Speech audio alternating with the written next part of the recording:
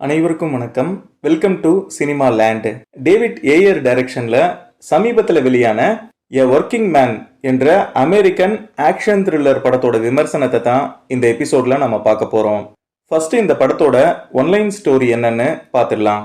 Special ஃபோர்ஸஸ்ல இருந்து retired ஆகி நார்மலான வாழ்க்கையை வாழ்ந்து வர நம்ம ஹீரோ மாஃபியா கும்பலால கடத்தப்பட்ட தன் நண்பருடைய மகளை காப்பாற்ற எடுக்கிற முயற்சிகள் தான் அ ஒர்க்கிங் மேன் படத்துடைய மொத்த கதை.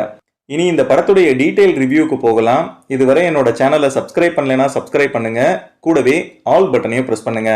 முன்னாள் மெரைன் கமாண்டோ தான் நம்ம ஹீரோ ஜேசன் ஸ்டேட்டம். இப்ப சிகாகோல இருக்க ஒரு பில்டிங் கன்ஸ்ட்ரக்ஷன் சைட்ல இன்ஜினியரா வேலை பார்த்துட்டு இருக்காரு.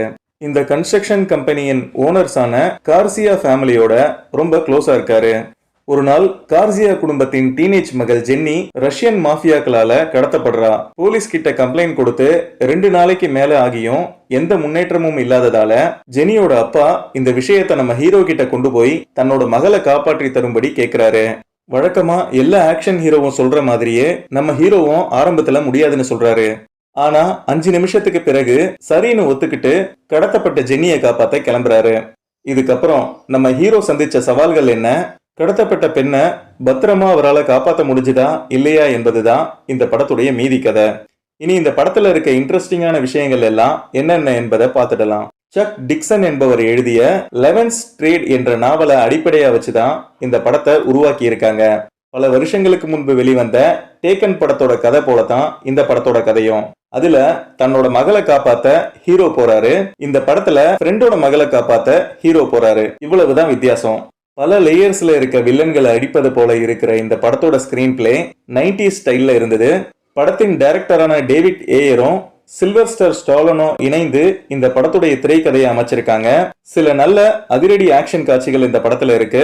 படத்தோட ஆரம்பத்துல நம்ம ஹீரோ வேலை செய்யற இடத்துல வந்து பிரச்சனை பண்ற சிலரை தனியால நின்று விரட்டி அடிச்சுட்டு திரும்பவும் வேலைக்கு போகிற காட்சி அதுல குறிப்பிடத்தக்கது. அடுத்ததா கண்களை இழந்த டேவிட் ஹார்பரோட நம்ம ஹீரோ பேசுற ஒரு சீன் ரொம்ப எமோஷனலா இருந்தது. வில்லன்கள் மொத்தமா இருக்கும் இடத்துல நடக்கிற கிளைமேக்ஸ் சண்டை காட்சி நல்லா இருந்தது. அடுத்ததா இந்த படத்துடைய லென்த்தும் பழைய ஸ்டைல்ல இருந்த படத்தின் ஓவரால் மேக்கிங்கும் ஒரு சாதாரண ஆக்ஷன் படமா இந்த படத்தை மாத்திடுச்சு. இதே டைரக்டரோட டைரக்ஷன்ல இதற்கு முன்பு வெளிவந்த பீ கீப்பர் படத்துல இருந்த மாதிரி காமெடி, வெறித்தனமான ஆக்ஷன், அடுத்ததா எப்பவுமே நம்ம ஜேசன் ஸ்டேட்டம் கிட்ட இருந்து எதிர்பார்க்கிற அவருடைய வழக்கமான ஆக்ஷன் ஸ்டைலும் இந்த படத்துல ரொம்பவே மிஸ் ஆகி இருக்கு. மொத்தத்துல 90s ஸ்டைல்ல ஒரு ஆக்ஷன் படம் பார்க்கணும்னு ஆசைப்பட்டீங்கன்னா தாராளமா இந்த படத்தை பார்க்கலாம். இப்போதைக்கு இந்த படம் தமிழ் டப்பிங்ல இல்ல. மீண்டும் ஒரு நல்ல படத்தோட உங்களை நான் சந்திக்கிறேன். இந்த வீடியோ உங்களுக்கு பிடிச்சிருந்தா லைக் பண்ணுங்க, மறக்காம என்னுடைய சேனலை சப்ஸ்கிரைப் பண்ணுங்க. நன்றி, வணக்கம்.